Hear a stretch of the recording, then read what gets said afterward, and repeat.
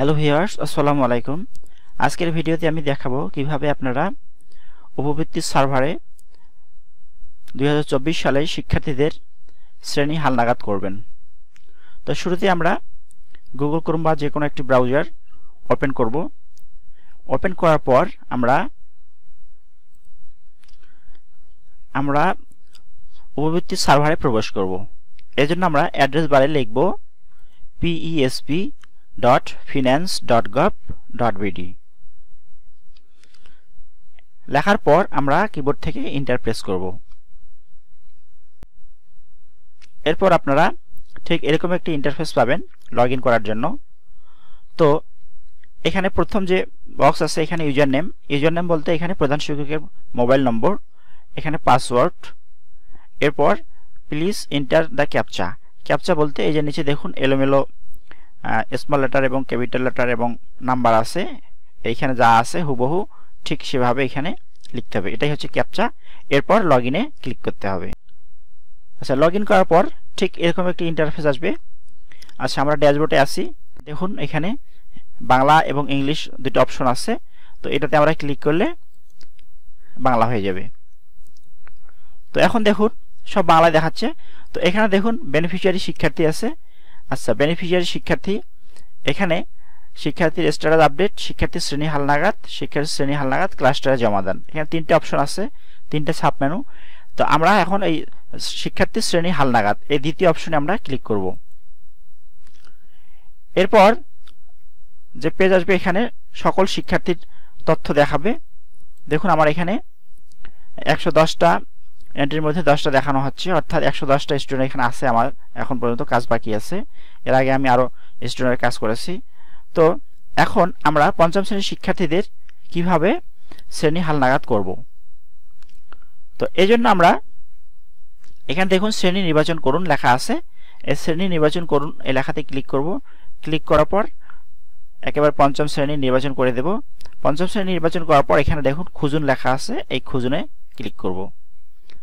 আচ্ছা, খুঁজুনে ক্লিক করলে কেবলমাত্র পঞ্চম শ্রেণীর শিক্ষার্থীদের এখানে শো করবে। হ্যাঁ, দেখুন আমার এখানে 10টা এন্ট্রির মধ্যে 1 থেকে 10 পর্যন্ত দেখানো হচ্ছে। আমি এই ভিডিওটি তৈরি করার জন্য আমি বাকিগুলো শেষ করছি, মাত্র 10টা বাকি রাখছিলাম। আচ্ছা, তো এখন আমরা কিভাবে এই শিক্ষার্থীর তথ্যগুলো শ্রেণী হালনাগাদ করব, পঞ্চম শ্রেণীর শিক্ষার্থীদের কিভাবে শ্রেণী হালনাগাদ করব। তো দেখুন এখানে এই যে ডান পাশে একটা পেন্সিল আইকন আছে, পেন্সিল আইকন একেবারে সবার ডান পাশে, প্রত্যেকটা নামের ডান পাশে একটা পেন্সিল চিহ্নিত আইকন আছে। আচ্ছা, এই আইকনে আমরা ক্লিক করব।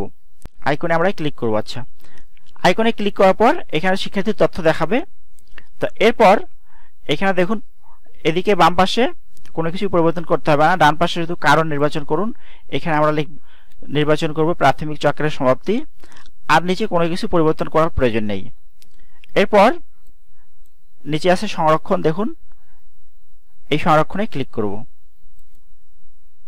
সাকসেসফুল হয়ে গেছে, অর্থাৎ আমার শিক্ষার্থীর শ্রেণী হালনাগাদ হয়ে গেছে। তো এভাবে পঞ্চম শ্রেণীর হালনাগাদ করব শিক্ষার্থীদের। কিন্তু এখানে আরেকটা বিষয় লক্ষ্য করবেন আপনারা, এখানে দেখুন পঞ্চম শ্রেণীর শিক্ষার্থীদের শ্রেণী হালনাগাদ করার পর এখানে আবার সকল স্টুডেন্টকে আবার দেখাচ্ছে। একটু আগে 110 ছিল, এখন 109 হয়ে গেছে, সবগুলোকে এখানে দেখাচ্ছে। তো আমরা কিভাবে কেবলমাত্র পঞ্চম শ্রেণীর শিক্ষার্থীদেরই আপডেট করব, অন্যান্য শিক্ষার্থীর তথ্যগুলো এখানে দেখাবে না।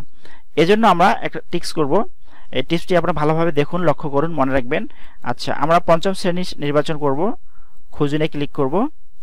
এরপর এখানে যে তথ্যগুলো আসবে পঞ্চম শ্রেণীর শিক্ষার্থীদের 10টা ছিল, এখন 9টা দেখাচ্ছে। এই দেখুন 9টা এন্ট্রির মধ্যে 1 থেকে 9 পর্যন্ত দেখাচ্ছে। তো আমরা এখন কেবলমাত্র পঞ্চম শ্রেণীর শিক্ষার্থীদের তথ্যগুলো হালনাগাদ করব, কিন্তু সবগুলাই একসাথে আর শো করবে না, শুধু পঞ্চম শ্রেণী শো করবে। এর জন্য আপনারা দেখুন এখানে ডান পাশে যে আইকন আছে পেন্সিল আইকন, এখানে আমরা মাউস পয়েন্টার রেখে রাইট বাটন ক্লিক করব। মাউসের রাইট বাটন ক্লিক করব। ক্লিক করার পর এই প্রথম যে লেখা আছে দেখুন open link in new tab, এটাতে ক্লিক করব। এটাতে ক্লিক করলে একটা ট্যাব খুলবে, দেখুন একটা ট্যাব আসছে, নতুন একটা ট্যাব খুলছে। এই ট্যাবটি আমরা এখন এখান থেকে নির্বাচন করে দেব। দেখুন প্রাথমিক চক্রের সমাপ্তি, এদিকে আর কোনো কিছু করার দরকার নেই, জাস্ট এখানে সংরক্ষণে ক্লিক দেব। হ্যাঁ, দেখুন সেভ সাকসেসফুল হয়ে গেছে। এরপর আমরা এই ট্যাবটি কেটে দেব। হ্যাঁ, ট্যাবটি কেটে দিলে দেখুন আমার আবার ওই সেই পঞ্চম শ্রেণীর শিক্ষার্থীগুলোই আছে, এখানে সব শিক্ষার্থী শো করতেছে না। অর্থাৎ এভাবে যদি আমরা শ্রেণী হালনাগাদ করি তাহলে বারবার আমাদের শ্রেণী নির্বাচন করতে হবে না, শ্রেণী এখানে নির্বাচন করাই থাকবে, জাস্ট আমরা একটা একটা করে শিক্ষার্থীর তথ্যগুলো আপডেট করব। আচ্ছা, এরপরে স্টুডেন্ট আমি আপডেট করি। দেখুন আমি দিলাম। এভাবে আপনারা একসঙ্গে সব 8-10টি ট্যাব আপনারা খুলতে পারবেন, তাহলে খুব দ্রুত কাজ করতে পারবেন। আমি একসঙ্গে সব স্টুডেন্টের ট্যাব খুলতেছি, এখানে দেখুন নিউ ট্যাবে নিচ্ছি সবগুলোই। হ্যাঁ, এভাবে আপনারা নিউ ট্যাবে নেবেন, 8-10টা স্টুডেন্ট একসাথে এভাবে কাজ করতে পারবেন। হ্যাঁ, দেখুন শিক্ষার্থীর তথ্যগুলো এখানে চলে আসছে, একটা একটা করে ট্যাব, নতুন ট্যাব খুলছে। তো এখন আমি ট্যাবে একটা একটা করে কাজ করব। এখানে শ্রেণী নির্বাচন করব, সমাপ্তি, এখান থেকে সংরক্ষণে ক্লিক দেবো। সাকসেসফুল যখনই দেখাবে এই ট্যাবটি আমি কেটে দিব। এবার দ্বিতীয় স্টুডেন্টের ক্ষেত্রে ঠিক একইভাবে আমি এখানে প্রাথমিক চক্রের সমাপ্তি লিখে নির্বাচন করে আমি সংরক্ষণে ক্লিক দিব। সাকসেসফুল হয়ে গেছে, এটা কেটে দিব।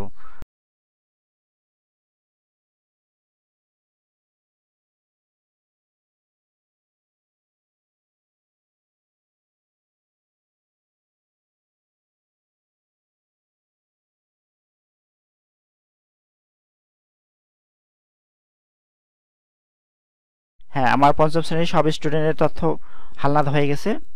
এখন প্রশ্ন হচ্ছে যে শ্রেণী হালনাগাদ করার পর আমরা এগুলো ক্লাস্টারে পাঠাবো কিনা।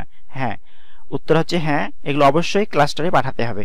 এই জন্য আমরা যে শ্রেণী হালনাগাদ করলাম পঞ্চম শ্রেণীর শিক্ষার্থীদের, এখন ক্লাস্টারে পাঠানোর জন্য আমরা বাম পাশে যে মেনুবারগুলো আছে এই মেনুবার থেকে দেখুন আমরা শ্রেণী হালনাগাদের মেনুবার থেকে এখন শ্রেণী হালনাগাদ ক্লাস্টারে জমা দেন এই বাটনে এই লেখাতে ক্লিক করব।